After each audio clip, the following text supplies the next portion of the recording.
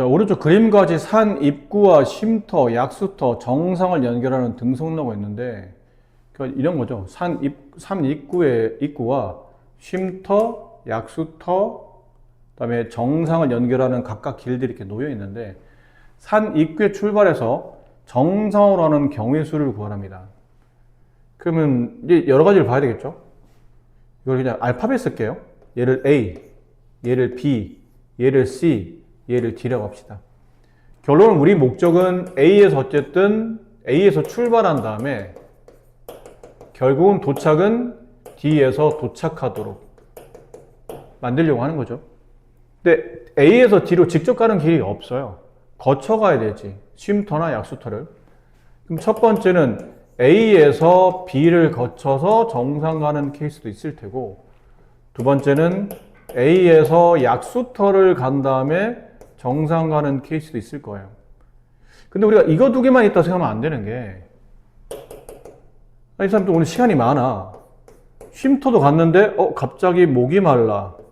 약수터를 갈 수도 있잖아요? 그리고 정상을 갈 수도 있고, 아니면 네 번째, 코스를 바꿔서 약수터를 먼저 들렀다가 쉼터에서 쉬다가 정상을 올라갈 수도 있겠죠. 이렇게 네 가지 케이스를 봐야 돼요. 그럼 이 케이스는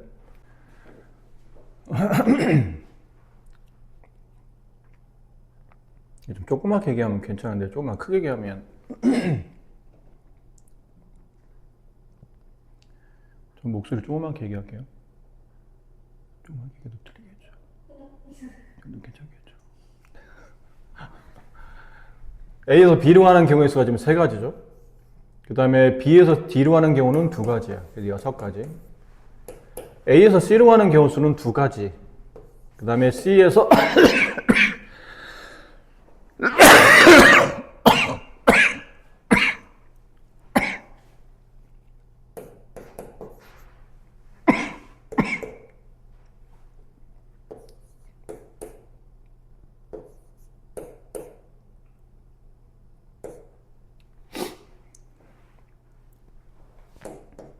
A에서 C로 가는 경우 2가지, C에서 B로 가는 경우 2가지, B에서 D로 가는 경우 2가지.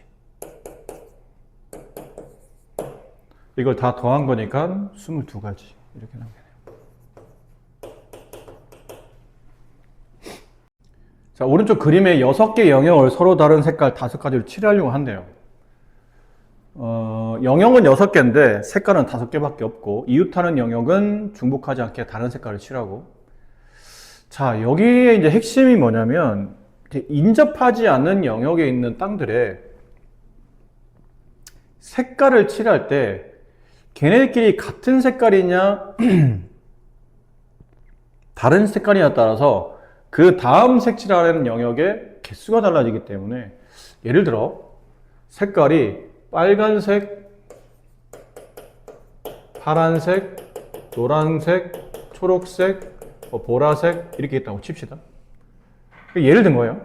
A를, 그러니까 순서를 칠하는 순서를 뭐 A, B, C, D를 내가 임의로 정해야 되겠지만, 보통은 가장 많이 칠해야 되는 위치 A 칠하고, 그 다음 바로 옆에 있는 B 칠하고, 그 다음은 C 칠하고, D 칠하고, E 칠하고, F 이래 되겠지만, 중요한 건 C, E에 칠해지는 색깔의 종류에 따라서 DF가 칠해지는 색깔이 달라지거든요.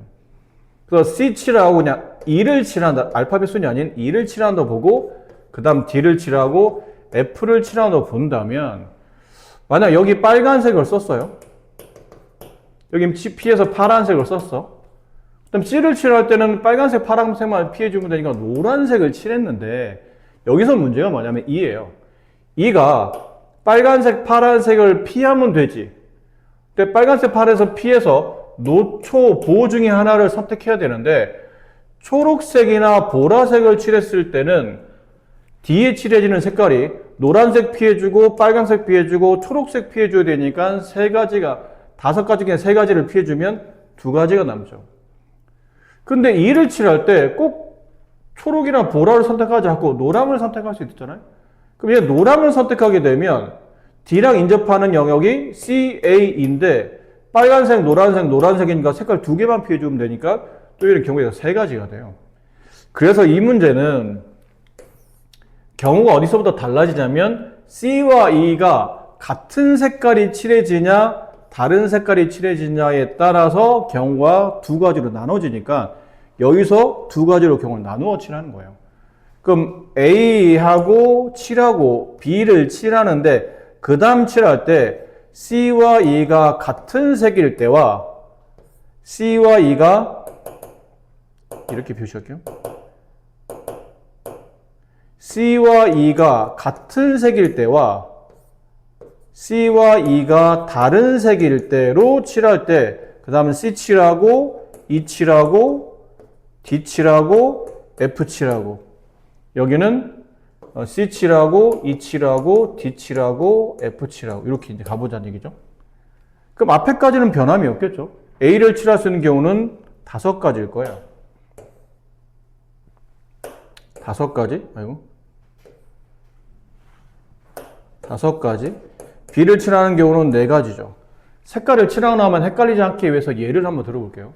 얘 빨간색 칠했고 파란색 칠했어요. 이번엔 C와 E를 같은 색깔로 칠하기로 했어요. 그럼 여기서 C를 칠할 수 있는 경우 수는 3가지겠죠? 빨간색, 파란색 피해서 노초, 보호 중에 하나를 선택하는 거니까 그 중에 그냥 노란색을 칠했다고 칩시다. 그럼 E에 칠할 수 있는 경우는 몇 가지예요?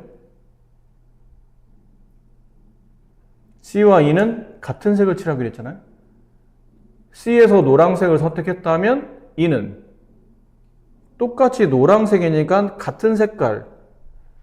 C는 빨간색과 파란색만 피하면 되니까 셋 중에 하나였지만 E는 C에 따라서 똑같은 색깔을 칠해야 되니까 경우의 수가 하나밖에 없어요. 저 5개 중에 C가 칠한 색깔을 그대로 갖다 쓰겠다는 경우죠.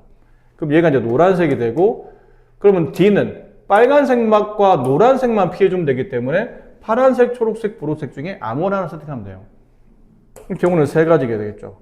그럼 여기서 만약 내가 파란색을 칠했다고 칩시다. 근데 얘랑 아무 관계없어요. 어차피 이게 노란색, 파란색, 노란색, 노파만 피해주면 되니까 빨, 초, 보 중에 하나 3가지 이렇게 되겠네요. 이해가 됩니까? 네. 그럼 여기는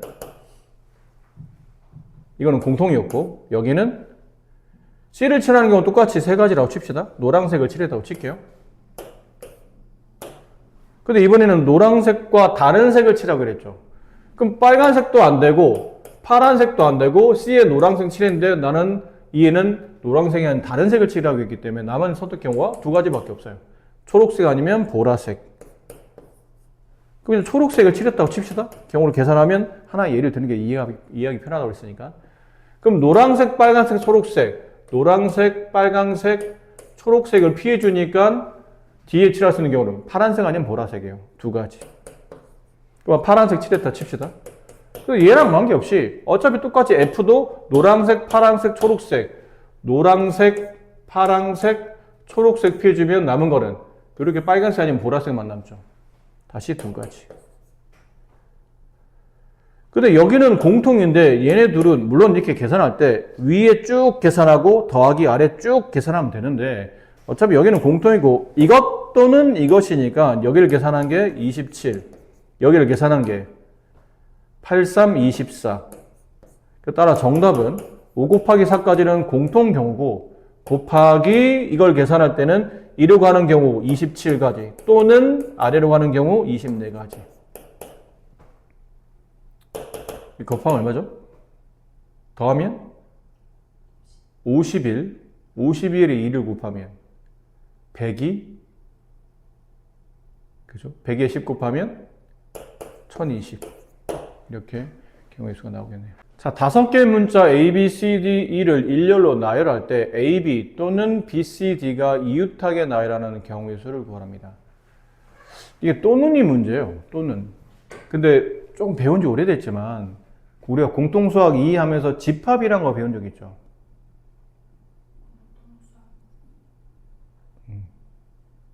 잠깐만, 우리가 공통수학 2를 안 배웠죠, 참. 그러니까 이런 느낌 오면 돼요. 예를 들어 집합을 안 배웠다 하더라도 우리 반 학생이 우리 반의 학생이 30명이 있어. 근데 이 친구들한테 2가지를 조사할 생각이에요. 수학을 좋아하는 사람 모임, 영어를 좋아하는 사람의 모임 이러려고 하는 거예요. 근데 수학을 좋아하는 사람 손 들어봐 그랬더니 20명의 미친 학생들이 손을 들었어요. 전 수학이 좋아요 라는 20명의 미친 학생들. 영어 좋아하는 사람 손 들어봐 그랬더니 15명이 손 들었어요. 그럼 이렇게 되면 그런데 이제 선생님 물어본 게, 야, 우리 지금 조사하는데 니네 30명 중에 영어든 수학이든 좋아하는 사람은 무조건 둘 중에 하나는 선택을 해야 돼. 둘 중에 나는 수학도 싫고 영어도 싫어, 이건 안 돼. 수학이나 영어 중에 하나는 선택을 해야 돼 라고 했다면, 자, 수학자는 손 들어봐 그랬더니 20명, 영어 좋아하는 사람 손 들어봐 15명. 그럼 예외 없이 다 한 번씩은 손을 들었으니까 우리 반 학생은 수학과 영어를 합친 35명이 돼야 되는데 인원이 안 맞네? 지금 얼마의 차이가 발생하냐면 5명의 차이가 발생하죠. 그럼 이 5명은 어디 있는 사람이에요? 같이 손 든 사람이에요. 야, 수학 좋아하는 사람 손 들어봐. 나 수학 좋아해요. 손 들었어. 근데 좀 있다가 그 중에 5명은 영어 좋아하는 사람 손 들어봐 그랬더니 나 영어도 좋아하는데? 같이 손 든 거예요. 그러다 보니까 중복이 발생해서 이런 답이 나온 거죠. 그럼 순수하게 수학만 좋아하는 사람은 15명이고 순수하게 영어만 좋아하는 사람은 10명인 거예요. 그러니까 수학만 좋아하는 사람은 15명, 영어만 좋아하는 사람 10명, 합치면 25명. 그 중에 영어, 수학 둘 다 좋아하는 사람 5명 합쳤더니 30명이 딱 맞는 거죠. 이렇게. 이러다 보니까 수학 또는 영어를 좋아하는 사람 손 드시오. 그러면 계산법이 일단 수학 좋아하는 사람 손 들고 영어 좋아하는 사람 손 드는데 이 친구들 중에 2번 손 든 사람 있죠. 한 번을 빼줘야 된다는 얘기예요. 그래야 수학 또는 영어를 좋아하는 사람이 나온다는 얘기죠. 이 얘기를 왜 했냐면 A, B 또는 B, C, D가 이웃한다는 말을 성립하게 하려면 첫 번째는 A, B가 이웃하는 경우를 계산해줘요. 두 번째, B, C, D가 이웃하는 경우를 계산해줘요. 근데 문제는 이러다 보면 가운데 B가 겹치면서 A, B, C, D가 다 겹치는 경우가 있을 거라는 얘기죠. 다 이웃하는 경우. 근데 A, B, C, D가 모두 이웃하는 경우는 아까 A, B가 이웃할 때 A, B를 집중적으로 보면서 우리가 이웃시켰지만 A, B를 이웃하다 보면 뒤에 B 다음에 C, D가 따라 붙으면서 이웃하는 경우도 분명히 있었겠죠. 혹은 B, C, D를 이웃하게 묶었는데 그 앞에 A가 오는 경우도 있었겠지. 결론 얘기는 2번 계산됐다는 얘기예요. 위에 계산했을 때 처리됐는데 아래 계산하면서 또 한 번 더 처리했기 때문에 2번 처리돼서 위아래는 1번과 2번은 결과적으로 더 해야 되는 게 맞지만 3번은 그 횟수만큼 한 번 빼줘야 된다는 얘기예요. 이제 계산합시다. A, B를 이웃하게 만드세요 그러면 A, B를 한 묶음을 묶죠. 그 다음에 C 하나, D 하나, E 하나. 그럼 4명을 일렬로 배열하는 거니까 4팩토리얼. 맞나요? 그 중에 A, B가 자리 바꿈할 수 있죠? 경우의 수 2가지. 그게 흔히 말하는 2팩토리얼이죠. 원래 그냥 2만 곱하면 되는데 이제 혹시 나중에 다른 인원수가 더 늘 수도 있으니까 2명이 일렬로 배열되는 순서 2팩토리얼. 4팩토리얼은 24, 2팩토리얼은 2 곱하면 48. BCD가 이웃하는 경우는 BCD를 한 사람인 것처럼 묶어요. 그럼 BCD 빼면 남은 거는 A하고 E. 그럼 실제로는 BCD 한 묶음과 AE 이렇게 해서 총 3개를 일렬로 배열하는 거니까 3팩토리얼인데 여기 안에 꼭 BCD가 이웃한다고 그래서 BCD 순으로 오는 건 아니잖아요. 그냥 서로 붙어 있으면 되는 거니까 다시 3명의 일렬로 배열되는 3팩토리얼. 괜찮아요? 그럼 곱하면 66, 36이 돼요. 48 더하기 36에서 이제 남은 거는 요게 이제 이 문제 핵심이죠. A, B, C, D가 같이 이웃하는 케이스인데 자, 이건 이제 생각을 잘해야 돼요. 어떻게 생각해야 되냐면 A, B가 이웃한다와 B, C, D가 이웃한다의 기준은 B인 거예요. B를 기준으로 A랑도 붙어있고 C, D랑도 붙어있는 거예요. 이해되죠? 그럼 가운데 B가 있다고 칩시다. 가운데 B가 있어요. 그 앞에 A가 왔어? 그럼 A, B는 이웃하지. 근데 이 뒤에 이제 CD가 오는 거야. CD가 오면 BCD가 이웃하게 될 테니까. 근데 그 CD가 오는 케이스가 A, B, C, D 이렇게 올 수도 있지만 A, B, D, C 이렇게 와도 A, B도 이웃하고 B, C, D도 이웃하는 케이스가 되죠. 맞나요? 이거 말고 있나요? A가 앞에 오고 CD가 뒤로 오는 케이스 중에는 이거 말고는 없죠. 자, 근데 이번에는 자리 바꿔요. B가 B를 기준으로 꼭 A, B와 B, C, D가 이웃한다고 해서 꼭 A가 B 앞에 오라는 법은 없거든요. 이렇게 와도 A, B는 이웃하죠.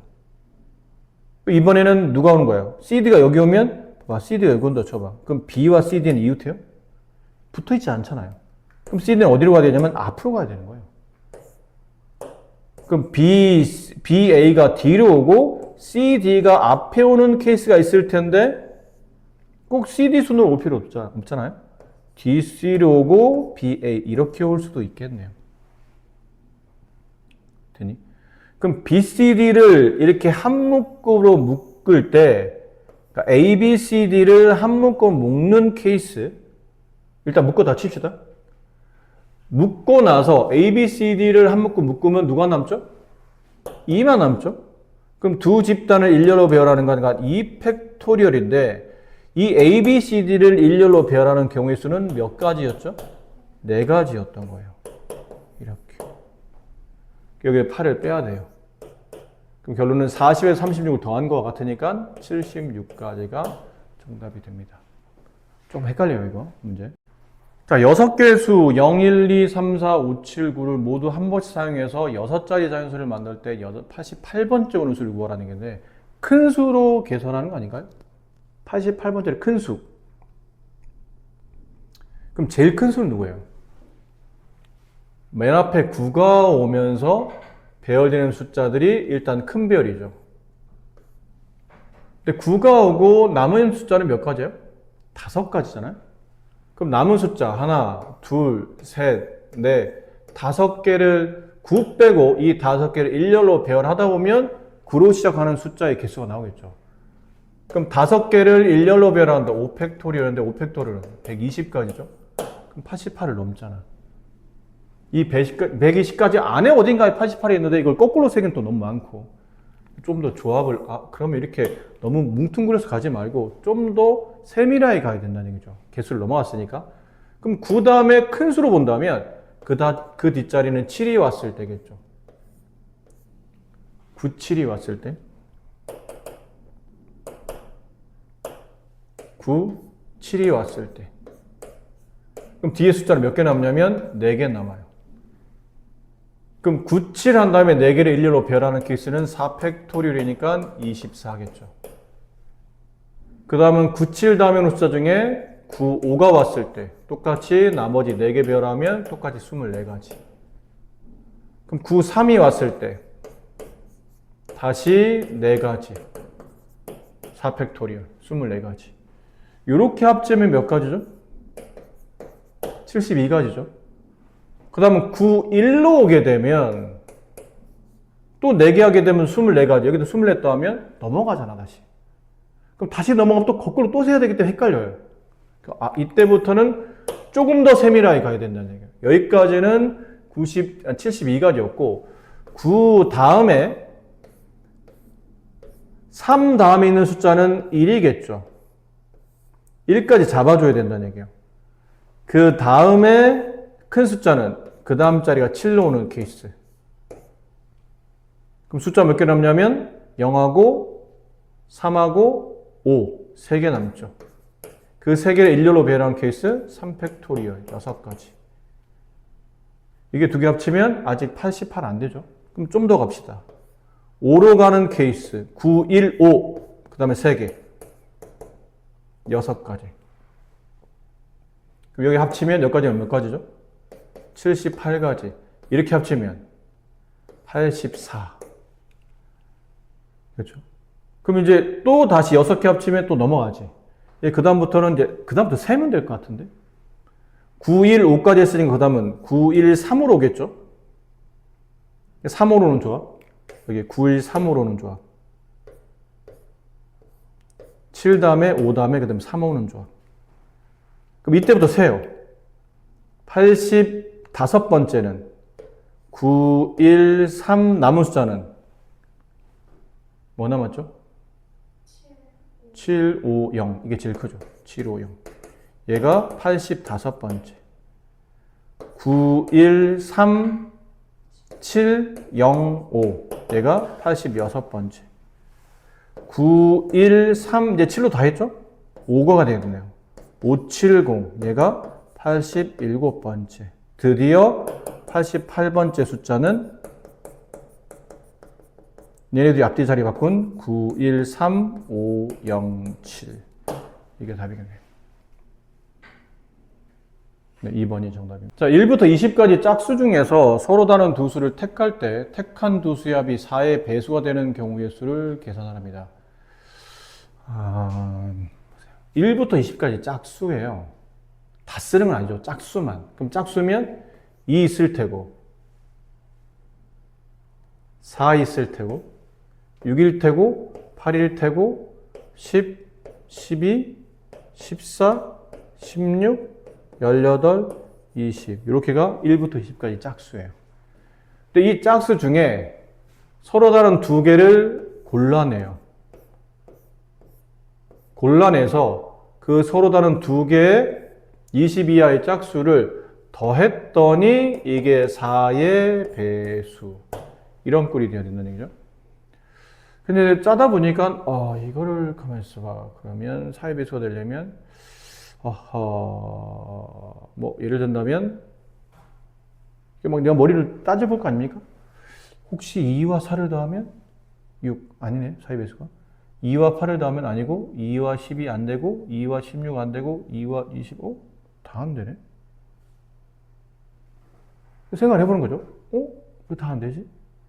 근데 2와 6을 더하면 4의 배수 8, 2와 10을 더하면 12, 4의 배수. 이렇게 더하면 4의 배수가 돼요. 근데 이렇게 반대편으로 더하면 선생님 숫자를 이렇게 써줘서 좀 더 보기 편할 텐데 원래는 이렇게 써도 있겠죠. 이렇게 돼 있었을 거예요. 근데 숫자를 보다 보니까 이렇게 더하면 4의 배수가 안 돼요. 이렇게 돼야 4의 배수가 안 되고. 그럼 어떻게 더 써야 되냐면 2칸씩 건너뛰거나 4칸씩 건너뛰거나 6칸씩 건너뛰거나 이렇게 덧셈하면 4의 배수가 나오거든요. 근데 이렇게 보면 보기 힘들기 때문에 이렇게 조합하는 거예요. 이렇게 조합하는 게 굉장히 중요한 게 첫 번째 있는 숫자들은 이 앞에 있는 숫자들은 어떤 숫자의 조합을 써놓은 거냐면 4의 배수에다가 나머지 2가 남는 숫자들의 조합을 하면 돼요. 그냥 짝수가 아니고 4의 배수 형태로 본다면 4로 나누면 나머지가 2 남는 숫자들을 쓴 거고 여기 있는 숫자들은 4의 배수의 숫자를 쓴 거예요. 그럼 이러다 보니까 우리가 4의 배수를 만들 수 있는 케이스는 이렇게 더하면 4의 배수의 나머지 2 남는 숫자와 4의 배수인 숫자를 더해보면 4m 플러스 n까지는 4로 묶이는데 여기는 2는 안 묶이는 거예요. 그러니까 이렇게 여기 있는 숫자 하나와 여기 있는 숫자 하나를 더하면 무조건 4의 배수가 안 된다는 얘기야. 나머지가 2가 남을 수밖에 없다는 뜻이에요. 이렇게 더하면 안 된다는 얘기죠. 이렇게 더하면. 결국은 왼쪽 하늘색과 오른쪽 빨간색들을 더하는 케이스는 안 된다는 거지. 그럼 어떻게 되는 거냐면 4의 배수끼리 더하는 것. 4의 배수끼리, 4의 배수에 2 남는 숫자끼리 더하는 것. 혹은 4의 배수끼리 더하는 것. 이런 건 된다는 얘기예요. 그럼 여기는 이렇게 이것도 4의 배수, 왼쪽에 있는 숫자 중에 2개를 더했다는 뜻이에요. 그럼 4의 m 플러스 n 플러스 1 이렇게 되니까 4m, 4n, 4. 4로 묶으면 다 이렇게 되겠죠. 그럼 결국은 4 곱하기 일정한 숫자. 4 곱하기 일정한 숫자. 그럼 이렇게 더하면 4m 플러스 4. 얘도 결국은 4의 배수죠. 앞에 4가 곱해져 있으니까. 자, 이제 결론이에요. 그래서 결론이 뭐예요? 그러면 이쪽에서 2개, 어쨌든 숫자는 2개니까 결론 여기서 2개 선택하고 여기서 2개 선택해줘야 된다는 얘기죠. 4n 플러스 2라는 집단에서 두 개 수를 더 쓰면 되고, 아니면 4n이라는 집단에서 두 개 수를 골라줘야 돼요. 근데 4n 플러스 2 집단에는 숫자 몇 개 있냐면 5개가 있죠. 그 5개 중에서 두 개를 뽑아주는데, 이게 두 개를 뽑아줄 건데, 5개 중에 두 개 뽑는 케이스는 OPE도 있고 OCE도 있죠. 누가 맞는 거예요, 이 문제는? OC가 맞는 거죠. OPE는 5개 중에 두 개 뽑을 때 순서 있게 뽑겠다는 얘기예요. 근데 여기 있는 숫자에 2 뽑고 10 뽑아서 더해서 11을 만드나, 10 뽑고 2 뽑아서 11을 만드나, 위에 있는 케이스와 아래에 있는 케이스가 다르면 이게 맞는 답이고, 위 케이스와 아래 케이스가 순서 관계없이 똑같은 거면 아래로 푸는 건데, 지금은 2와 10을 더하나 10과 1을 더하나 어차피 우리는 순서 있게 뽑는 게 아니고 4의 배수만 만들면 되니까 합은 앞뒤의 순서가 중요하지 않죠. 그래서 이게 정답이에요. 그럼 이쪽도 마찬가지네요. 5개 4의 배수 중에 2개 뽑는다. 그럼 얘는 10가지, 얘도 10가지인데 남은 거는 이 경우가 동시에 그리고 개념인가요? 아니면 또는의 개념인가요?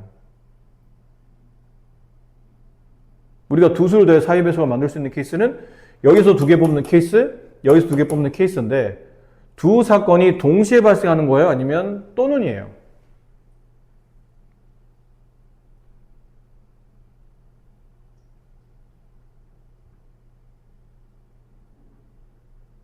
위 사건과 아래 사건의 그리고의 개념이면 곱해야 되는 거고, 곱해서 100이라고 답을 써야 되고, 만약 또는의 개념이면 더해서 20이라고 써야 되는데 누가 맞냐는 거죠. 또는이 맞는 거죠. 그렇지. 당연히 또는이 맞는 거예요. 그러면 그리고라는 뜻은 이것, 그리고 이것이니까 두 수를 더해서 4의 배수를 만들 때 여기서 2개 뽑는다. 동시에 여기서 2개 뽑는다 하면 숫자를 4개 뽑는다는 뜻이잖아. 우리는 지금 숫자를 2개 뽑는 거니까 이쪽에서 2개 뽑든 아니면 여기서 2개 뽑든 그게 또는의 개념이에요. 오할이죠. 또는이니까 곱셈이 아닌 덧셈이 맞는 거죠. 정답은 20가지가 정답이에요. 이 문제는 상당히 유명한 문제인 게 뭐 웬만한 교과서에서 꼭 하나씩 소개되어 있는 그런 문제인데, 크기가 서로 다른 6켤레 구두 12짝 중에서 6짝을 택할 때 2켤레만 짝이 맞도록 택하는 경우수예요. 이거 실제로 그림을 신발을 켤레는 거는 왜 왼쪽 오른쪽 합쳐서 왼발짝 오른발짝 이렇게 맞는 표현인가? 어쨌든 양쪽을 합쳐서 한 켤레라고 그러잖아요. 그러니까 켤레는 2개가 쌍인 개념이고 짝은 그냥 1개씩인 거지. 낱개로 1개씩. 뭐 신발을 그릴 수는 없으니까 그냥 알파벳으로 A1, B1 이렇게 봅시다. 왼발 오른발 뭐 이런 느낌이에요. 근데 1이라고 쓴 거는 같은 쌍이라는 느낌이고, 그 다음에 A2, B2, A3, B3, A4, B4, A5, B5, A6, B6 이렇게 총 6켤레에 총 12짝의 신발이 있는데 이 중에서 내가 몇 짝을 택할 거냐면 6짝을 택할 거예요. 근데 그 6짝 중에 2켤레는 한 쌍의 짝을 맞추는 거죠. 2켤레만 짝이 맞아. 나머지 그러면 2짝은 다른 켤레인 거예요. 그럼 예를 들면 이거죠. 이야기에서 예를 하나 들어봅시다. 그러면 내가 A2, B2라는 한 켤레를 선택한 거죠. 요걸 한 켤레를 선택한 거예요. 그 다음 뭐 A6, B6이라는 요 마지막에는 한 켤레 선택해요. 그럼 6짝 중에 2켤레는 짝이 맞는 거죠. 근데 나머지 2짝은 서로 다른 걸 뽑는 거예요. 만약에 A3, B4 뭐 이렇게 뽑거나 아니면 그게 아니면 뭐 B2, B4 뭐 이렇게 뽑거나, 얘랑 얘랑은 세 번째 켤레 왼발, 얘는 네 번째 켤레 오른발. 짝이 안 맞죠? 얘는 두 번째 켤레 오른발, 네 번째 켤레 오른발이에요. 짝이 안 맞는 거죠. 예를 들면 이런 겁니다. 그러니까 이런 것들을 계산하는 방식을 말하다 보니까, 그럼 처음에 뭐부터 해야 되냐면, 어쨌든 나는 켤레 2개는 똑같은 걸 선택하려고 하는 거예요. 그럼 그러다 보니까 두 켤레는 짝이 같아야 되죠? 그럼 이 두 켤레를 선택하는 경우를 고민해 보자는 얘기인데 어렵진 않네. 왜 어렵지 않냐면 켤레 종류는 몇 켤레가 있죠? 6켤레가 있죠. 근데 그 6켤레 중에 짝이 맞는 켤레를 이렇게 두 개 뭐 하는 거냐면 선택하는 거죠. 근데 이렇게 선택할 수도 있지만 뭐 이렇게 선택할 수도 있을 거 아니에요? 그러니까 그런 케이스의 경우가 몇 가지가 있는 거냐면 6켤레 중에서 내가 짝이 맞는 두 켤레를 선택하는 거예요. 근데 이거 선택할 때 순서가 중요한가요? 아니죠. 그냥 두 켤레에서 내가 신을 켤레, 두 켤레 그냥 선택하는 거지. 누가 먼저는 지금 의미가 없으니까. 이건 P가 아닌 C로 봐야 되겠죠. 그럼 두 켤레를 선택했어요. 그럼 내가 총 4켤레 중에 이렇게 두 켤레, 두 짝, 그 다음에 이렇게 두 짝. 총 4짝을 선택했죠. 남은 건 두 짝인데 얘네는 같은 모양이 아닌 거죠. 같은 켤레가 아닌 거예요. 그럼 이걸 이제 선택하는 경우를 따져보면 돼요. 두 번째는. 그럼 저걸 어떻게 하지? 그럼 남은 6개, 이제 이거 지우고, 없어졌고, 이것도 지우고. 남은 총 8켤레 중에 2개 뽑는 거죠. 이제는 켤레가 아닌 짝의 개념을 보여야 되니까 총 8짝 중에 2짝을 뽑아요. 근데 문제는 이렇게 뽑다 보면 8개 중에 8짝 중에 2짝 뽑다 보면 뭐 이렇게 선택되는 경우도 있겠죠. 8C 2 안에는. 아니면 이렇게 선택되는 경우도 있겠죠. 8C 2 안에는. 다 이제는 왼발로 보면 구분 없이 그냥 8개를 그냥 하나의 짝으로 보는 거니까. 근데 8C 2 안에는 이렇게 2개를 선택하는 경우도 있지 않을까요? 이렇게 되면 같은 켤레 선택한 게 되잖아. 우리는 지금 같은 켤레 선택하고 싶지 않은 건데. 그럼 8C 8개 중에 2개 선택하는 중에 빼줘야 된다는 얘기죠. 8개 중에 2개를 선택하되 같은 켤레가 안 나오도록. 같은 켤레가 나오는 케이스는 어떤 거죠? 이렇게 2짝 선택하는 케이스. 혹은 이렇게 2짝. 혹은 이렇게 2짝. 혹은 이렇게 2짝. 몇 가지? 4가지예요. 그 4가지를 개념상 보면 여기 뽑아낼 때는 켤레를 뽑는 개념이니까 켤레 개수가 4개인데 그 중에 한 켤레를 뽑겠다는 얘기죠. 이게 사실이 그냥 4예요, 4. 저 4개 중에 하나 뽑는 케이스. 그럼 6C2는 6 곱하기 5를 2 팩토리얼 2로 나눈 거니까 15가지. 여기 8C2는 8 곱하기 7을 2로 나눈 거니까 빼기 4C1은 4가 되고 약분하면 4, 7, 28.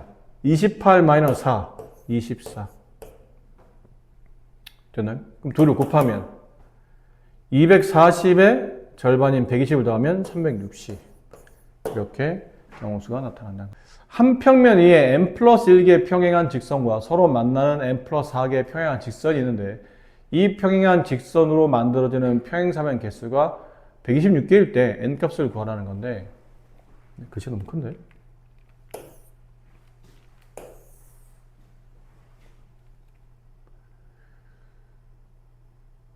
평행사면 만들 때 이런 거 있었죠. 가로로 예를 들어 4개 줄이 있고 세로로 이렇게 3개 줄이 있어요.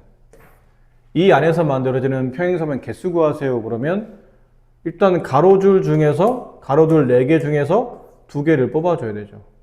그 세로줄 3개 중에서 2개를 뽑아주고 동시에 뽑아줘서 가로 2개, 세로 2개. 그럼 이 안에 이렇게 평행사변이야. 이런 느낌이죠. 그러니까 동시에 개념이니까 곱해서 계산한다 라는 뜻인데 그러다 보니까 이 4라는 거는 흔히 말하는 가로줄 평행한 직선 총 개수 중에 2개 선택, 세로줄 평행한 직선 총 개수 중에 2개 선택. D는 변함이 없죠. 무조건 2개는 선택해줘야 되니까. 약간 이런 느낌이에요. 그럼 얘가 가로줄, 근데 이게 가로 세로는 지금 어차피 곱셈이라 의미가 없죠. 이렇게 해서 가로줄이 총 n 플러스 1개가 있다고 칩시다. 세로줄은 이렇게 쭉 가다가 이렇게 해서 세로줄은 총 개수가 n 플러스 4개가 있다고 칠게요. 그 계산이 이러지 않았나요? 가로줄 총 개수에서 무조건 2개 뽑는다. 곱하기 세로줄 총 개수에서 무조건 2개 뽑는다. 걔네를 곱하면 평행사변 개수가 나오는데 그게 126개다. 이거 계산하신다는 얘기죠. 얘를 이쪽으로 옮겨와서 네, 계산하시면 됩니다. 그럼 계산은 어렵지 않죠? n 플러스 1c2는 n 플러스 1부터 숫자 하나씩 작아지면서 자연수 2개를 연속 곱한 다음에 2팩토리얼 2로 나눈다. 곱하기 n 플러스 4c2는 n 플러스 4부터 숫자 하나씩 작아지는 거니까 n 플러스 3. 걔를 2로 나눈다. 이게 126이다. 그 다음 숫자를 보시면 크기 보여볼게요. n 플러스 1 곱하기 n 플러스 3, n 플러스 4 이렇게 곱해놨고 이 분모 4를 1로 넘기면 126 곱하기 4가 되죠. 여기서 이제 126 곱하기 4를 계산해 봅시다. 이거 왜 계산하냐면 126을 2로 나누면 63 3으로 나누면 21 3으로 나누면 7 그럼 이 126 곱하기 4라는 숫자는 2 하나, 3 2개, 7 하나에다가 4를 곱했으니까 2의 제곱 2의 제곱이면 이렇게 되겠죠. 그럼 이 숫자를 가지고 여기다 써볼까요? 2가 3개 3이 2개 7이 하나. 지금 무슨 짓 하고 있냐면 이걸 조합을 짤 때 이 숫자의 조합을 짤 때 얘가 가장 작고 바로 숫자라 크고 그다음 얘랑 그 다음 숫자 크기는 이만큼 차이 나고 바로 하나 크고 이런 느낌이에요. 1 커지고 숫자 2 커지고 다시 1 커지고 이런 느낌으로 어떻게 조합을 짜면 숫자 4개의 자연수를 저렇게 짤 수 있냐 봤더니 혹시나 여러 가지 해봐야 되겠지만 그렇다고 4차 방식 풀 수는 없잖아. 혹시 한번 해보는 거죠? 7이 가장 클까? 7이 가장 크다는 얘기는 맨 끝에 있는 숫자가 7이라는 얘기죠. 그럼 그 앞에 하나 작아야 되니까 6가 된다는 얘기예요. 6 올려면 7 썼고 2 하나 3 하나를 썼겠죠. 그럼 남은 숫자는 얘랑 얘랑 차이가 얼마나 나야 되죠? 2 작아져야 되죠. 그럼 4 오겠지. 4 하나 작아지네? 딱 맞네? 이런 느낌은 3, 4, 6, 7 따라서 n-값 구하는 문제니까 n은 가장 작은 숫자인 3이 정답이다. 짜맞추셔야 돼요. 이거 4차 방식 풀 수는 없어서 이렇게 짜맞추는 게 좋습니다.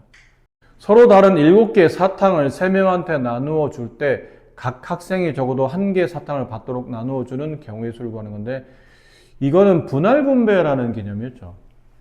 그 개념 기억해요? 분할과 분배. 봐. 이게 만약 내가 6개를 2개랑 2개랑 그러니까 1개랑 2개랑 3개로 나누고 싶어요. 그걸 나눌 때 계산하는 방식이 일단 묶음이 이런 거죠. 6개가 있는데 여기 1개짜리랑 2개짜리랑 3개짜리를 이렇게 분할해서 나누겠다는 뜻이에요.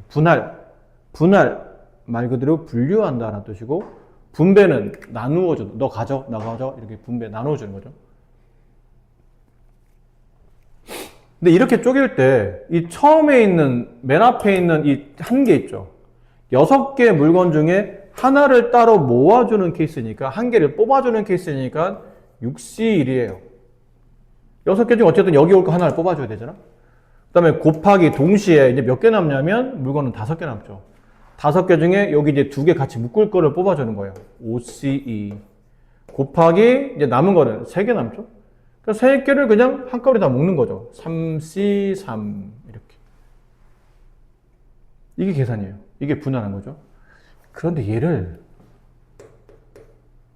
2개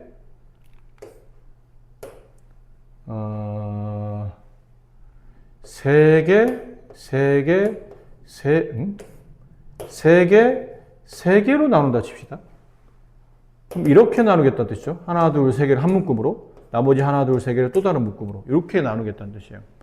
그럼 이렇게 나눌 때는 처음에 6개 중에 앞에 묶음 3개를 뽑아주는 케이스가 3개가 되고 곱하기 남아있는 3개를 3개 뽑아주는 케이스인데 얘네는 자리 바꾸면 의미가 없어요. 왜 의미가 없냐면 그냥 3개로 분할하라고 그랬지 그 3개 중에 누가 앞이다라는 걸 정하지는 않았기 때문에 그냥 분할하는 케이스이래요. 근데 위와 아래 차이점이 뭐냐면 위는 그냥 이게 답인데 아래는 여기다가 2팩으로 나누어 줘야 돼요. 근데 나누기 2팩이라는 말을 책에서 보통 뭐라 쓰냐면 2팩분의 1을 곱한다 라고 되어 있거든. 그럼 위는 그냥 6개 중에 하나, 남은 5개 중에 2개, 남은 3개 중에 3개 이렇게 뽑아주면 되는 거 아니야? 여기도 그러면 6개 중에 3개, 남은 3개 중에 3개 뽑아주면 되는데 이건 뭐야? 가 되는 거죠. 이거 왜 나눠줘야 되지? 이게 왜 나눠줘야 되냐면 요즘 알파벳이 많아서 좀 헷갈릴 수 있는데 3개를 알파벳을 봅시다. 알파벳이 A, B, C, D, E, F 6개 알파벳이 있어요. 저 알파벳 6개를 3개 나눌 때 A, B, C 3개 뽑고 그 다음은 D, E, F 이렇게 뽑는 케이스도 있겠죠. 이렇게 3개 먼저 뽑아주고 이렇게 뽑아주는 케이스도 있을 거예요. 그 다음 여기는 뭐 또 A, B, D 뽑고 남아있는 C, E, F 뭐 이렇게 뽑는 케이스도 있을 테고. 근데 이 안에서 요 셋에도 자리 바꿈 의미가 있을까요? 없지. 그냥 한 묶음 안에 들어가는 건 마치 이런 거야. 우리가 꽃가게 가서 아저씨 여기 장미, 튤립 뭐야 나 꽃 잘 관심 없어서 종류 뭐 있지? 장미, 튤립 무궁화 장미, 튤립, 무궁화 한 송이 이거를 한 송이로 포장해 주세요. 그럴 때 아저씨가 꽂을 때 죄송한데요. 시계 방향으로 장미, 튤립, 무궁화요? 아니면 어떻게 묶을까요? 하진 않잖아. 그냥 그 3개를 한 송이로 묶어주세요. 그럴 때는 그냥 장미, 튤립, 무궁화를 순서 없이 그냥 꽂잖아요. 그런 거예요. 이 안에서 A, B, C가 자리 바꿈하거나 D, F가 자리 바꿈하는 거는 묶음의 단위로 본다면 의미가 없다는 얘기죠. 그렇죠? 근데 이런 식으로 이제 묶어, 종류별로만 그냥 6개 알파벳 중에 3개를 그냥 배열하는 상태로만 본다면 이렇게 있을 텐데, 나중에 우리가 이걸 왜 2팩으로 나눠주냐면, 여기 앞에 거 묶을 때, 꼭 A가 먼저 올 필요는 없잖아요. 그래서 6개 중에 3개 먼저 뽑아준 거지. 근데 그 뽑아줄 때, D, F를 먼저 뽑아주고, 남아있는 A, B, C를 이제 D에 뽑는 거죠. 이렇게. 이런 경우 있을 거 아닙니까? 근데 보면 이 묶음과 이 묶음은 서로 다른 묶음인 거예요? 아닌 거죠. 같은 묶음인 거죠. 그냥 그 묶음 2개가 하나가 왼쪽에 있냐 오른쪽에 있는 거고 아니면 반대로 왼쪽 오른쪽 위치를 바꿨을 뿐이지 묶음의 종류가 달라지진 않았거든요. 근데 만약 우리가 이 묶음을 순서 있게 배열하시오 그러면 얘랑은 다르겠지만 이게 순서 있게 배열한 게 아니겠죠. 그래서 이 묶음과 이 묶음은 같은 묶음이죠. 그러니까 이러다 보니까 이 3개 묶을 때 요 3개 묶음과 요 3개 묶음이 서로 이렇게 자리 바꿈할 수 있고 자리 바꿈하면 같은 묶음의 형태가 나오기 때문에 2개의 집단이 앞뒤로 순서 배열이 되는 그 크기만큼 중복 발생하기 때문에 나눠준 거예요. 그런데 3이니까 3팩토리얼 아니에요? 라는 건데 이 분할할 때 나눠주는 케이스는 이 안에 들어있는 개수가 몇 개냐가 중요한 게 아니고 뭐가 중요하냐면 이 중복된 집단이 있죠. 집단의 개수가 몇 개인지가 중요해요. 그러니까 몇 집단이냐 몇 묶음이 서로 개수가 동일하냐 이게 중요한 거지 이 안에 있는 게 몇 개냐가 중요하지는 않다는 얘기죠. 이게 뭐 4개든 5개든 상관없어요. 몇 개 집단이 서로 개수가 동일하냐 그 집단의 개수 2개잖아요. 그 2 집단이 앞뒤 순서 바꿈 요 집단과 요 집단이 앞뒤 순서 바꿈하면서만큼 일렬로 배열되기 때문에 중복 발생하기 때문에 나눠주는 거예요. 그럼 만약 문제를 좀 바꿔서 저 6개를 2개로 나누면 일단 분할부터 먼저 해야 돼요. 6개 개수 중에 2개 짝짓고 남아있는 4개 중에 2개 짝짓고 남아있는 2개 중에 2개 짝짓고 물론 이제 이런 거는 계산 안 해도 돼요. 어차피 답이 1이니까. 일단 쓰기는 그래 썼어요. 그리고 개수가 같은 집단이 몇 집단이에요? 3집단이니까 3팩으로 나눠준다. 3팩분의 1을 곱한다. 이렇게 되는 겁니다. 자, 이 문제. 서로 다른 7개의 사탕을 3명한테 나눠줄 때 각각 적어도 1개 이상의 사탕은 받아야 돼. 그럼 7개를 3명한테 주려니까 개수를 분할해야 되죠. 그럼 7개를 분할하는데 이런 건 안 된다는 얘기야. 이렇게 되면 1명은 못 받는 거잖아요. 그러니까 못 받는 건 없다는 거지. 무조건 1개 이상은 받아야 되니까 최소한 자연수는 1로 가야 되고 그 다음에 1로 가야 되고 합치면 5. 가장 작은 것부터 하는 겁니다. 이렇게 해서 총 7개를 나눠줄 수도 있겠죠. 아니면 1, 2, 여기는 4 이래도 될 테고 아니면 1, 3, 3 이래도 될 테고 아니면 2, 2, 3 뭐 이래도 될 테고 또 있나요? 다죠. 이거 계산합시다. 7개 중에 하나 6개 중에 하나 나머지 5개 중에 5개인데 이 끝에 거는 안 쓸게요. 곱하기 1이라 쓰면 오히려 헷갈리니까 이렇게. 근데 여기서 개수 같은 집단이 몇 집단이 있어요? 2집단이 있죠. 그래서 여기다 2팩분의 1을 곱해줘야 돼요. 여기는 7개 중에 하나 없어졌으니까 6개 중에 2개, 나머지 4개 중에 4개는 쓰지 않고 얘는 개수 같은 집단이 없잖아요. 이렇게 하면 돼요. 그냥. 여기는 7개 중에 하나 6개 중에 3개, 남은 3개 중에 3개 생략하고 개수 같은 집단이 2집단, 2팩분의 1. 여기는 7개 중에 2개, 5개 중에 2개, 남은 3개 중에 3개 생략. 그리고 개수 같은 집단이 얘도 2개, 2팩분의 1. 계산합시다. 얘는 7, 6. 이걸 2로 나눴으니까 3, 7, 21. 얘는 여기는 7, 얘는 15. 7 곱하기 15는 얼마인가요? 105? 얘는 일단 써볼까요? 7 곱하기 저 6 곱하기 5 곱하기 4를 3팩토리얼 6으로 나눈 거니까 20까지 곱하기 2분의 1 약분하면 70까지. 밑에 있는 건 7C2 7 곱하기 6을 2로 나눈 값 곱하기 5 곱하기 4를 2로 나눈 값 곱하기 2분의 1 이렇게 약분하면 3 남고 21 이렇게 약분하면 5가 남고 105 얘도 105야? 아까 쟤도 105 아니었나? 7 곱하기 15 쟤도 105 얘도 105네요. 네, 105 다 합치면 이렇게 합치면 210이죠. 이렇게 합치면 91이고 이렇게 합치면 301. 그렇죠? 그럼 정답 301이에요? 아니에요. 이건 뭐 한 거냐면 이렇게 사탕 7개를 어떤 식이든 이런 모양이든 이런 모양이든 이런 모양이든 이런 모양으로 나눠서 이렇게 분류하는 방법이 총 301가지.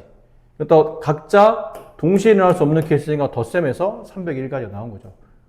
그럼 이 301가지 안에 어떤 게 있다는 얘기죠? 301가지 안에는 뭐 예를 든다면 1개, 3개, 3개 이렇게 쪼개놓은 것도 있을 거라는 얘기야. 됐니?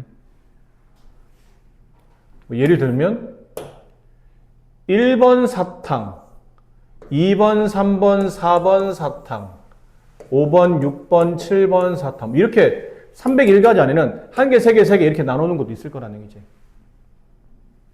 이해되죠? 또 서로 다르거든. 이게 서로 달라요. 근데 지금 사람이 몇 명 있냐면 3명 있어요. 그럼 네가 계산하신 301은 요거만 계산한 거죠. 7개 사탕을 세 분류로 나누는 방식이 301가지였던 거고 이렇게 이제 3개로 나누고 나면 이 3개의 묶음을 이 3명한테 나누어 줘야 되죠. 서로 다른 3사람한테 줬던 거 또 주지 않고 중복하지 않고 세 개를 일렬로 배열하는 케이스. 이거 3팩토리얼 아니에요? 세 개를 일렬로 배열하는 케이스. 그죠? 야, 너 A한테 갈래? 너 B한테 갈래? C한테 갈래? 얘도 이렇게. 얘도 이렇게. 이걸 배열하는 케이스가 세 개가 일렬로 배열되는 순서. 그죠? 그 정답은 여기다 6 곱한 거니까 180 뭐 6 곱한 거잖아요. 네, 1806 이렇게 되겠습니다. 여기까지는 분할을 한 것이고 여기는 분배를 한 거죠. 야, 너 가져가. 위에는 야, 이렇게 나눠 이렇게 분류해 놨어. 그다음 너희들 나눠서 가져가. 그런 느낌이죠. 자, 대진표 만드는 게 이게 왜 나오냐면 좀 전에 배웠던 분할 분배랑 관련있기 때문에 대진표를 만드는 거거든요. 자, 이게 대진표 만드는데 총 7명을 이런 식의 대진표를 만들려고 해요. 하다 보니까 약간 어떤 느낌이냐면 이쪽에서 올라오는 한 팀과 이쪽에서 올라오는 한 팀의 결론은 결승을 하겠죠. 그럼 처음에는 왼쪽에 있는 조랑 오른쪽에 있는 조를 나눠줄 필요가 있는 거예요. 그럼 이때 사용되는 개념이 7명을 3명, 4명으로 분할하는 게 필요한 겁니다. 됐죠? 근데 이렇게 나누면, 이렇게 나눴다 해서 이런 모양이 되지는 않죠. 이거는 어떻게 되어 있는 모양이냐면 3명, 4명 이렇게 분할만 해놓은 거지 이렇게 세밀하게 짜놓지는 않았다는 얘기죠. 그럼 다시 두 번째는 뭘 해야 되냐면 다시 두 번째는 여기 이 3명 있잖아요. 3명을 다시 이런 모양으로 조를 짜야 돼요. 한 명은 부전승, 나머지 둘은 이제 게임을 하는 모양. 그럼 다시 또 이렇게 나눠야 되지 않나요? 한 명과 두 명으로 3명을 한 명과 두 명으로 분할하는 거예요. 그럼 여기는 다시 4명을 2명과 2명으로 분할해야 되죠. 이렇게 해서 요 2명 같이 게임하고 요 2명 이렇게 게임하고 이렇게 분할해야 된다는 얘기예요. 그렇게 되면 딱 저렇게 대진표가 짜지겠죠. 7명을 일단 왼쪽 팀, 오른쪽 팀 3명, 4명 분할해야 되고 그다음 왼쪽 팀을 다시 1명, 2명으로 나눠줘야 되고 오른쪽 팀은 2명, 2명 나눠줘야 되고 그러면 딱 저렇게 대진표가 짜질 겁니다. 그럼 분할하는 케이스를 계산하는 문제니까 이걸 계산해 봅시다. 7명을 3명, 4명 분할하는 것 7C3 곱하기 4C4인데 생략 귀찮기만 하고 계산만 복잡하니까 얘는 3C1 곱하기 2C2 2C2 그 생략 그럼 맨 끝에 건 생략할게요. 여기는 4C2 곱하기 2C 생략인데 개수 같은 집단이 두 개네요. 2팩분의 1 이렇게. 그럼 7C3은 7 곱하기 6 곱하기 5를 3팩토리얼 3팩토리얼은 6이죠? 3, 2, 1의 곱이니까 얘는 3 얘는 4C2 4 곱하기 3을 2로 나눈가 곱하기 다시 2팩분의 1 2로 나눈가 그럼 이렇게 약분하면 위쪽은 35개 얘는 3개 얘는 이렇게 약분하면 4가 약분되고 3개 근데 이거는 이번에는 35랑 3과 3을 더해야 됩니까? 곱해야 됩니까? 이거는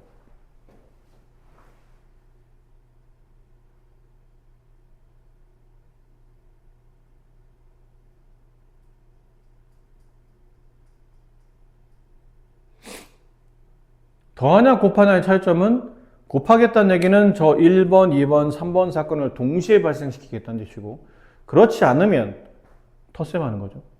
동시에요? 동시가 아니에요. 동시겠죠. 7명을 3명, 4명 분할한다가 끝이 아니잖아. 또는 그게 아니고 3명, 4명을 분할하고 또 왼쪽은 1명, 2명 분할하고 오른쪽은 2명, 2명. 고배 개념이에요. 곱하시겠다라는 거죠. 그럼 35에다가 9를 곱하는 케이스니까 3, 9, 27, 32, 325. 맞니? 뭐 이상한 것 같다? 315죠? 네. 계산 이상하게 하고 있어요. 네. 이렇게. 315. 왜요? 계산 잘못했나요? 9.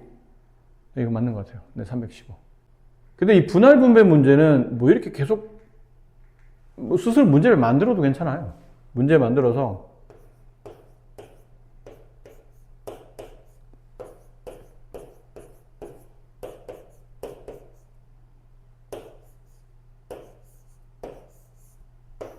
뭐 이렇게 되는 케이스잖아요.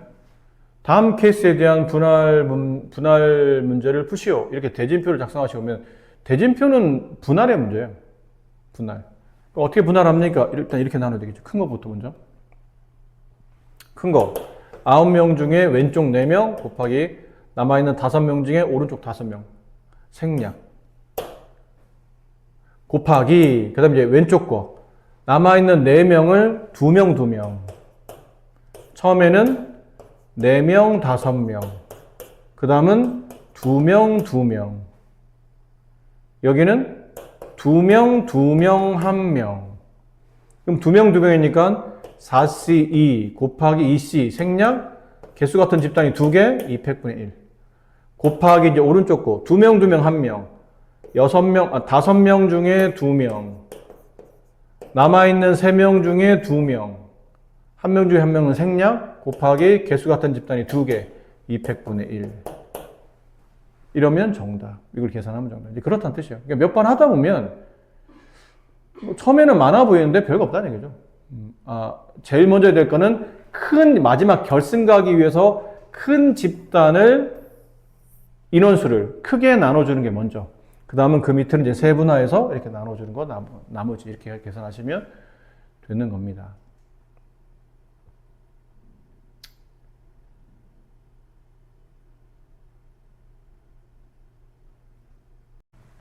(75번) 위에 보면 개념이 써져 있는데 저 개념을 읽는다고 해서 지금 큰 도움이 되는 건 아니고 일단 문제를 풀면서 한번 어떤 말인지 한번 파악을 한번 해보도록 할게요. 2차 방정식이 있는데 두 근이 모두 음수라고 되어 있다는 얘기는 이게 두 근의 부호를 말하고 있는 문제예요. 두 근이 모두 음수. 약간 이런 느낌이거든. 그럼 두 근이 모두 음수. 마이너스 2, 마이너스 3, 뭐 이런 거예요. 이러다 보니까 두 근을 더하게 되면 여전히 음수가 되는데 두 근을 곱하게 되면 이건 양수로 바뀌죠. 방정식에 두 근이 있는데 두 근의 부호가 모두 음수가 되면 두 근을 더했을 때 음수가 되고 두 근을 곱했을 때 양수가 된다는 걸 알 수 있어요. 그럼 두 근의 합은 우리가 공식상 뭘 알고 있냐면 마이너스 2차 방식이니까 마이너스 a분의 b라고 알고 있잖아요. 저기다 마이너스를 분배하면 마이너스 2m 마이너스 2는 음수 아니면 이래도 되고 마이너스 2m 플러스 1은 음수. 그럼 양변을 마이너스 2로 나누게 되면 m 플러스 1은 양수. 넘기면 m의 값은 마이너스 1보다 크다가 돼요. 근데 저것만 만족하면 안 되고 두 근을 더해서 음수로 해서 두 근 모두 음수로 말할 수는 없잖아요. 뭐 이럴 수도 있으니까 한 근이 마이너스 5, 나머지 한 근은 플러스 2, 둘을 더하면 음수. 그렇다고 두 근이 모두 다 음수로 볼 수는 없죠. 그래서 뭐도 만족해야 되냐면 합만 가지고는 안 된더라. 곱해서 양수가 돼야 되더라. 그럼 두 근의 곱이니까 a분의 c, n분의 7, n 플러스 7 얘가 양수. 따라서 m은 마이너스 7보다 크다. 그럼 두 근의 합이 두 근의 곱이 양이 돼야 두 근 모두 음수이겠네. 그럼 위와 아래 공통범위인 거죠. 둘 다를 만족해야 되니까. 그러니까 공통범위니까 마이너스 1보다 크다. 그 다음에 마이너스 7보다도 크다. 그럼 공통범위는 여긴가? 이게 답을 썼더니 답이 안 맞더라는 얘기예요. 그러니까 하나가 더 있어. 문제 풀이를 보니까 뭐 한 줄이 더 써져 있다는 얘기죠. 더 써져 있는 거 위에 뭐라 써져 있냐면 판별식이 0보다 크거나 같다를 만족한다라고 되어 있어요. 일단 판별식 써보면 이게 지금 x 앞에 있는 개수가 짝수니까 그냥 판별식 말고 4분의 d를 써봅시다. 4분의 d. 그럼 반의 제곱, m 플러스 1의 제곱, 마이너스 ac, 여기다 마이너스를 분배하면 마이너스 m, 마이너스 7. 걔가 0보다 크거나 같다. 이걸 정리하면 m제곱, 여기 플러스 2m에 마이너스 m, 플러스 m. 여기 상수항 1, 여기 상수항 마이너스 7, 마이너스 6. 2차 부등식이죠. 우리가 앞에서 배웠던. 인수분해하게 되면 m 플러스 3, m 마이너스 2, 0보다 크거나 같다. 따라서 2차 부등식 0보다 크거나 같으면 큰 작작으로 푼다. m의 값이 큰 값인 2보다는 더 크거나 같고 또는 m의 값이 작은 값인 마이너스 3보다는 더 작거나 같다. 그래서 이 범위와 이 범위를 모두 만족하는 게 정답이다. 가장 작은 숫자 마이너스 7, 마이너스 3, 마이너스 1, 2. 얘보다 크다. 마이너스 1보다 크다. 여기가 겹치죠? 근데 남은 건 마이너스 2보다는 크거나 같고 마이너스 3보다는 작거나 같다. 이렇게 된다. 쓰다 보니까 이게 좀 색깔이 구분이 안 되네. 색깔 구분해서 얘보다 크다. 안 포함 안 하고 그 다음 얘보다 크다. 얘도 포함 안 하고 그 다음 얘보다는 크거나 같고 얘보다는 작거나 같다. 지금 이 그림에서 빨간색, 초록색, 파란색이 모두 겹치는 데가 어디 있냐면 여기죠. 이 부분이 빨간색, 파란색, 초록색 세 개 화살표가 다 지나는 부분이에요. 딴 데는 하나씩 있거나 두 개씩 있거나 있지 세 개가 모두 없기 때문에 셋 다를 무조건 모두 만족하는 범위 x는 2 이상이다. 이게 이제 문제의 최종 정답일 거예요. 근데 내가 이렇게 써놓고 나서 보니까 이해가 안 되는 게 저 1번이야. 두 근의 부호가 모두 음수이다? 우리가 상식적으로 두 근의 합이 음수인 동시에 두 근의 곱이 양수. 여기까지는 알겠거든. 근데 판별식은 왜 쓰고 있는 거죠? 더군다나 판별식이 0보다 크거나 같다는 뜻은 그건 실근의 조건이잖아. 실근의 조건. 판별식 0보다 크면 서로 다른 두 실근. 판별식 0과 같으면 서로 같은 두 실근. 판별식 0보다 작으면 허근. 그럼 얘는 작다의 부정인 크거나 같다니까 이건 실근 갖는 조건인데 저거 왜 써야 되지 근데?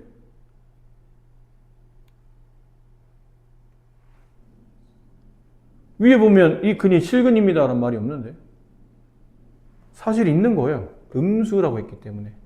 허수에는 양음이 없거든요. 근데 좀 더 엄밀히 말해보면 이 두 개만 가지고는 반례가 생길 수 있어요. 어떤 반례냐면 알파가 1 플러스 i야. 베타는 이렇게 마이너스 1 플러스 i예요. 베타는 마이너스 1 마이너스 i야. 둘이 켤레야. 그럼 알파 플러스 베타를 계산하면 마이너스 2죠? 알파 베타를 계산하면 켤레끼리 곱하면 뭐라 배우냐면 실수 부분의 제곱 플러스 허수 부분의 제곱 2 이렇게 되죠. 그럼 저 조건이 맞네요. 두 근을 더하면 음수, 두 근을 곱하면 양수. 그러면 두 근은 모두 음수입니까? i가 붙은데 양음이 어디 있어요? 그러다 보니까 이게 반례인 거예요. 두 근의 합이 음수, 두 근의 곱이 양수라고 해도 두 근 모두 음수가 아닐 수 있는 복소수 혹은 허수를 끌고 있는 예가 존재할 수 있기 때문에 두 근이 모두 양음을 구분했다는 얘기는 이 근 자체가 실근이라는 뜻이기 때문에 실근 조건을 만족한다.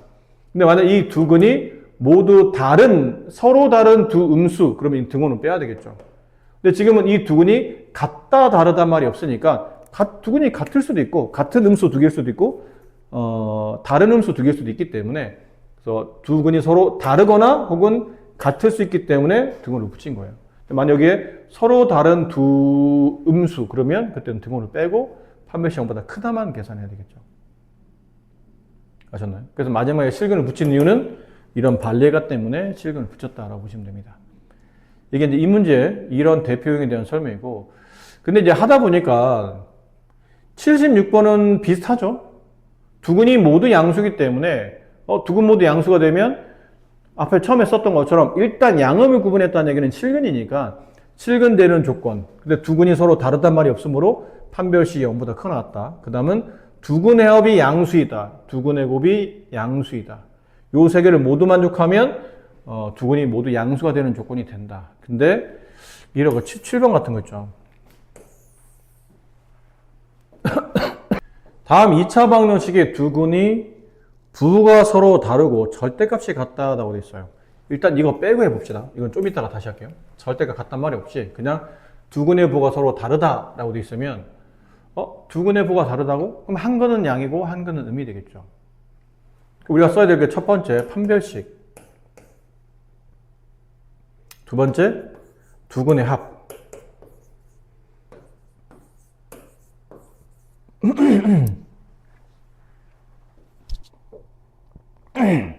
세 번째 두 근의 곱. 이렇게 세 가지 써야 되잖아요. 아까 우리가 근의 부호를 판단할 때는 저렇게 판단한다라는 건데, 일단 2번은 못 써요. 왜? 모르기 때문에요. 두 근의 부호가 다르잖아요. 근데 두 근의 부호가 다르다 보니까 두 근을 더해서 양이 될 수도 있을 테고, 음이 될 수도 있을 테고, 0이 될 수도 있기 때문에 이거는 두 근의 합의 어떤 크기를, 양령 음의 크기를 조사할 수가 없다는 얘기예요. 그래서 얘는 생략하는 거예요. 모르니까 못 푸는 겁니다. 몰라서. 그리고 1번은 몰라서 못 푸는 게 아니고 얘는 생략해요. 왜 생략하냐면 당연하기 때문에. 에? 뭐가 당연해요? 두 근의 부가 다르면 판별식은 무조건 0보다 큽니다. 왜죠? 왜 당연히 그렇게 되는 겁니까? 판별식이라는 게 뭐였냐면 b제곱 마이너스 4ac잖아요? 그렇죠? 근데 b제곱은 0보다 커 나갔죠. 남아있는 마이너스 4ac인데 봐봐. 두 근이 지금 서로 부가 다르죠. 그럼 두 근의 곱은 음수인 건 확실하지. 근데 두 근의 곱이라는 게 공식상 a분의 c였잖아요. 두 근의 곱 a분의 c. 근데 걔가 음이란 얘기야. 근의 부가 다르니까. 그럼 a분의 c, c에서 a를 나눴더니 음이 된다는 뜻은 a와 c의 부가 다르다는 뜻이죠. a와 c의 부도 다르다는 뜻이에요. 그러면 a와 c의 곱은 이것도 음수라는 얘기죠. 근데 a와 c의 곱이 음수인데 여기다 마이너스 4를 곱해놨네요? 그럼 이건 양이라는 거 아니에요? 그렇죠. 이건 0보다 크거나 같다는 뜻이에요. 혹시 모르면 b나 c가 0이 될 수도 있으니까. a는 0이 될 수 없지만. 맞나요? 그게 무슨 말이죠? 판별식이 항상 0보다 크거나 같다는 얘기는 실근이라는 뜻이야. 결론 a, b의 두 근의 부가 다르면 이 식이 늘 0보다 크거나 같기 때문에 두 근의 부가 다르기만 하면 걔는 볼 것도 없이 둘 다 실근의 조건을 갖게 되니까 당연한 걸 몰랐어요. 쓸 필요 없다는 얘기죠. 뭐 그건 당연한 건데 당연히 실근인데 당연히 실근인 건 아는데 왜 실근인 것도 증명하고 있어. 그럴 필요는 없잖아요. 얘는 당연하니까 생략. 얘는 몰라서 못 풀고 확실하게 우리가 식으로 구현할 수 있는 거는 이거밖에 없는 거죠. 두 근의 곱 a분의 c 걔가 음수더라.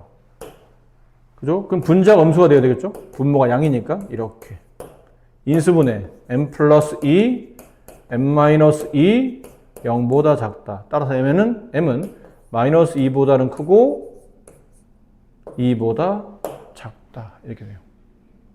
뭐가 없을 때냐면 절대값이라는 말이 없으면. 근데 쓰다 보니까 문제가 아까운 거야. 원래 조건 3개잖아요. 3개를 다 써먹어야지만 학생들이 문제를 귀찮아하겠죠. 어려워하겠지. 근데 2개는 잘라먹고 하나만 쓰려니까 약간 심심한 거야. 맛이 이렇게 확 막 살진 않아요. 근데 1번은 두 근의 부가 다르기만 하면 무조건 이게 실근이 되다 보니까 1번은 어쩔 수가 없는 거죠. 당연하니까 당연히 안 써도 되는 조건인데 이게 아까운 거죠. 양음이 구분이 안 됐잖아. 그래서 구분을 해주려고 하는 거예요. 절대값이 같을 때 부호가 달라. 근데 절대값은 같아. 예를 든다면 한 근이 마이너스 3인데 나머지 한 근은 3. 뭐 이런 거예요. 절대값은 같은데 부호가 반대다. 그러면 두 근의 합은 0. 두 근의 합 마이너스 a분의 b. 이게 0. 따라서 m제곱 플러스 4m 마이너스 5가 0. 인수분해 m 플러스 5, m 마이너스 1, 0. 따라서 m의 값은 마이너스 5 또는 1일 때 두 근이 부호가 반대이며 절대값이 같아지는 거예요. 근데 얘도 만족하고 얘도 만족하는 답을 찾아야 되니까 둘 다를 만족하는 답은 그래서 1이었던 거예요. 이렇게 풀어가는 겁니다.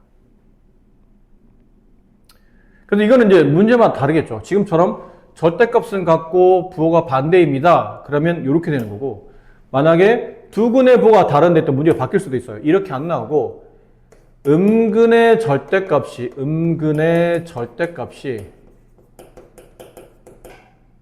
이렇게 쓸게요. 음근의 절대값이 양근의 절대값보다 크다. 왜냐면 지금 부호가 서로 다르니까 하나는 양, 하나는 음일 거거든요. 이렇게 돼 있으면 그럼 어떻게 풀어야 돼요? 이렇게 되는 거예요, 그때는. 음 쪽에서 더 크다는 뜻이니까. 음의 수의 크기가 더 크다는 뜻이니까 합치면 이렇게 되겠죠. 그럼 여기는 이렇게 되는 거예요. 그럼 이제는 답이 이렇게 되겠죠. 그럼 얘랑 겹치는 범위를 찾는 거니까 답을 쓰시오. 그럼 이제 부등식에서 겹치는 범위죠.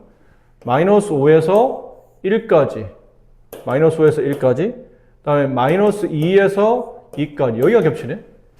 그래서 마이너스 2보다 크고 m은 1보다 작다. 이게 이 문제 만약 이제 문제가 바뀐다면 이 문제 답이 되는 거예요. 이런 식으로 문제를 변형시킬 수가 있는 거죠. 아마 이 83문까지는 설명할 시간이 없을 거고 이쪽에 좀 여기까지만 합시다. 79번까지만. 이것도 좀 설명할 게 많은데, 2차 방정식이 두 근이 모두 1보다 작을 때, 이건 또 무슨 말이야? 아까는 부호를 말했잖아요. 이번에는 부호를 말하는 게 아니고 1보다 작다고 해서 두 근의 부호를 알 수 있나요? 둘 다 음 쓸 수도 있지만 둘 다 양을 쓸 수도 있고, 아니면 둘 다 양음이 바뀔 수도 있고, 아니면 둘 중에 하나가 0일 수도 있겠죠. 모르는 거예요. 이제는 부호를 말하고 있는 게 아니고 두 근의 위치를 말하고 있는 거죠. 두 근이 1보다 작습니다. 인데, 자, 우리 개념적으로 이렇게 보죠. 우리가 x제곱 마이너스 3x 플러스 2가 0보다 작습니다라는 부등식을 풀 때 보통은 좌면식을 인수분해해서 이렇게 쓰기도 하죠. x-1, x-2 이렇게 쓰고, 우리가 외울 때는 이렇게 외우지. 2차식 0보다 작으면 사이값, 크면 큰 작자. 그래서 얘가 0이 되는 값, 얘가 0이 되는 값, 1과 2 사이에 존재한다. 이렇게 푸는데 실제로 풀이는 보통 이렇게 많이 하죠. 얘를 y라고 두고 아래로 블록한 포물선을 그리는 거예요. 그 얘를 y라고 두고 x축을 그리는데 이 이참수는 이렇게 인수분해 되다 보니까 이 포물선이 x축 아래로 내려오면서 아래로 블록하면서 1과 2에서 만나야 되는 거죠. 그게 근이 돼야 되니까. 그러니까 이 포물선을 그려놓고, 이 왼쪽에 있는 포물선을 그려놓고 오른쪽은 x축이다 보니까 포물선과 x축의 위치 관계인데 물어보는 거는 포물선이 x축보다 작다라는 의미는 아래에 있는 구간의 x의 범위를 찾는 거예요. 포물선, 이 그림에서 포물선이 x축 아래 내려갈 때는 여기잖아요. 여기를 만족하는 구간은 1에서 2까지. 등 없으니까 요렇게. 그 개념이거든요. 똑같아요. 이걸 좌변을 y라고 두고 우변을 y라고 두면 하나는 아래로 블록한 포물선, 하나는 x축인데 아래로 블록한 포물선이 두 근이 나오게 만들기 위해서 그림을 이렇게 그려봤어요. 얘를 알파, 얘를 베타. 근이니까. 근데 두 근이 모두 다 1보다 작다는 뜻은 1은 여기쯤에 있다는 뜻이겠죠. 얼만큼 큰지는 중요하지 않고 어쨌든 두근 중에 오른쪽에 있는 값보다 더 큰 쪽에 1이 있다. 이렇게 되면 지금 문제에서 원하는 이 말이 성립해요. 두근이 모두 1보다 작습니다. 그래서 이 그림이 내가 원하는 그림이다 보니까 이 그림을 완성하려면 또 세 개를 써야 돼요. 아까는 판별식, 두근의 합, 두근의 곱을 썼다면 이번에 써야 될 거는 판별식 쓰시고 축의 방정식 쓰시고 함수값 쓰셔야 돼요. 이렇게. 그러니까 실근, 주어져 있는 2차 방정식의 두 근이 어떤 특정 값보다 크다, 작다, 어디 사이에 있다, 위치를 말하고 있는, 부를 말하지 않고 위치를 말하는 케이스는 이 꼭 세 개를 모두 다 생각하고 문제를 푸셔야 돼요. 천천히 왜 세 개를 생각해야 되냐면, 일단 판별식은 두 근이 발생해야 되잖아. 두 근이 발생해야 되니까, 근을 만들기 위해서 강제로 x축과 만나게끔 이렇게 끄집어 내려서 x축과 만나게 하는 역할이 판별식인 거예요. 근이 존재해야 되니까. 그래서 판별식이 0보다 크거나 같다예요. 그럼 크다 아니에요? 두 근이니까. 아까 말했잖아. 두 근이 서로 같다 또는 다르단 말이 없으면, 다르면 등호 빼면 되는데 다르단 말이 없으면 같을 수도 있기 때문에 등호를 붙여놔야 돼요. 근데 x 앞에 계수가 짝수니까 짝수의 판별식을 쓰겠다는 거고, 축은 이거 좋아. 근이 발생해야 되니까 일단 강제로 끌어내서 근을 구하게끔, 근이 존재하게끔 하기 위해서 판별 썼다는 건 알겠어. 근데 이건 왜 축이 왜 필요하지? 두 근이 1보다 작은 쪽에 놓인다는 얘기는 이 포물선의 축이 1보다 왼쪽에 놓인다는 뜻이에요. 근데 축 구하는 공식은 마이너스 2a분의 b 이렇게 되겠죠. 그래서 마이너스 2a분의 b가 1보다 왼쪽에 있어야 됩니다. 근데 축이 1보다 왼쪽에 있다고, 봐봐. 판별식 두 근이 존재하고 축이 왼쪽에 있다고 그래서 두 근의 위치가 꼭 1보다 작다라고 말할 수 없는 반례가 있어요. 이렇게 그리면 돼. 축이 여기 있고 1이 여기 있고 알파 여기 있고 베타 여기 있으면 돼요. 그럼 두 근이 존재하죠? 판별 썼죠. 축의 위치가 1보다 왼쪽 맞잖아요. 근데 이렇게 그리면 두 근이 모두 1보다 작다고 성립하지를 않겠죠. 1이 여기 아니고 여기 있어야 되는 거니까. 그럼 여기 1이 있을 때와 여기 있을 때 차이가 뭐냐면, 여기 1이 있게 되면 1을 여기다 숫자를 집어넣어서 함수값을 구한 f1이 음이 되는데, 지금처럼 1이 두 근보다 더 큰 위치로 가게 되면 x1을 집어넣어서 나오는 함수값 f1이 양이 되는 거예요. 그래서 함수값의 위치를 잡아줘야 되는 거예요. 이렇게 나오면 안 되니까. 그래서 f1이 양수. 그래서 왜 함수값을 잡아줘야 되는지 이유를 알겠나요? 이 상태로 이제 문제를 풀어요. 이렇게만 되면 딱 이 그림이 완성이 된다는 뜻이거든요. 그래서 판별식 반의 제곱 k제곱 마이너스 ac 플러스 k 마이너스 u 걔가 0보다 커나 같다. 그럼 x 플러스 3 x 마이너스 2인데 큰 작작이니까 k는 2보다 크거나 같고 또는 k는 마이너스 3보다 작거나 같다. 이렇게 되겠죠. 이게 판별식의 범위였고, 그 다음은 축의 위치, 축 구하는 공식 마이너스 2a분의 2 곱하기 1분의 b 마이너스 2k 걔가 1보다 작다. 그래서 k는 1보다 작다. 함수값 여기다 x에 1 집어넣어라. 1 마이너스 2 k 플러스 6 마이너스 k 걔가 양수가 되어야 된다. 마이너스 3k 넘어가면 마이너스 7. 따라서 k는 3분의 7보다 아닌가요? 뭐 계산을 잘못한 것 같죠? 맞나? 마이너스 3k 플러스 7 맞네요. 네. 그래서 이렇게 된다. 이제 답을 구하면 이 셋을 역시나 모두 다 만족해야 된다. 제일 작은 숫자 마이너스 3, 그 다음은 1, 그 다음 2, 그 다음 3분의 7. 2 이상, 마이너스 3 이하, 그 다음 색깔로 이거 1보다 작다. 그 다음 마이너스 3분의 7보다 작다. 마이너스 3분의 7보다 작다. 작다. 다 겹치는 거 여기. 따라서 x는 k는 마이너스 3보다는 작거나 같다 이렇게 돼요. 자, 근데 이것도 이제 선생님 밑에 문제를 좀 풀 시간은 없어서 마지막 정리만 해드리면 아까 이런 거 했었죠? 두 근이 모두 양수, 모두 음수. 이럴 때는 셋 다 풀어야 된다고 했죠. 이럴 때는 판별식도 풀고 두 근의 합도 풀고 두 근의 곱도 풀고 이렇게 했어야 되죠. 근데 두 근이 부호가 반대예요. 그럴 때는 판별식은 생략, 합은 잘 몰라서 생략, 곱만 쓰죠. 물론 아까 합의 크기를 알 수 있도록 또 세비나 조건이 주어지면 합까지는 쓸 수 있지만 어차피 판별식은 생략하잖아요. 얘랑 똑같아요. 이건 실근의 부호에 대한 표현이었고 지금 우리가 배우는 실근의 위치 있죠? 실근이 어디 있더라, 뭐보다 작다 할 때 두 근이 똑같아요. 모두 어떤 실수 K보다 크다 혹은 모두 K보다 작다 이렇게 될 때는 똑같아요. 아까처럼 판별식 쓰시고 축의 위치 쓰시고 함수값 쓰셔야 돼요. K를 집어넣어서 난 함수값. 근데 풀이는 똑같아요. 두 근이 모두 K보다 크면 아까 했던 판별식 0보다 크거나 같다. 축이 K보다 작은 쪽에 있다. 그럼 함수값은 양수이다.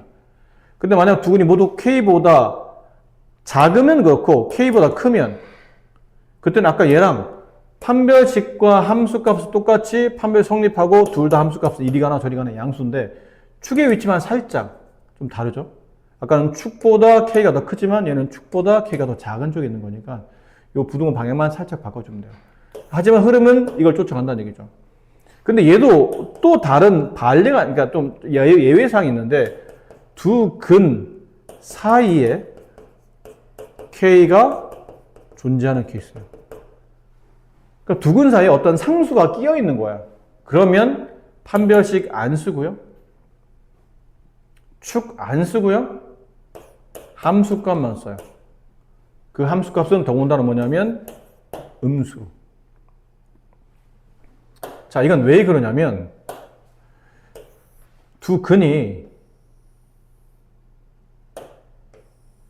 이게 왜 아래로 블록한만 그립니까? 선생님 그러면 이건 방정식이잖아요.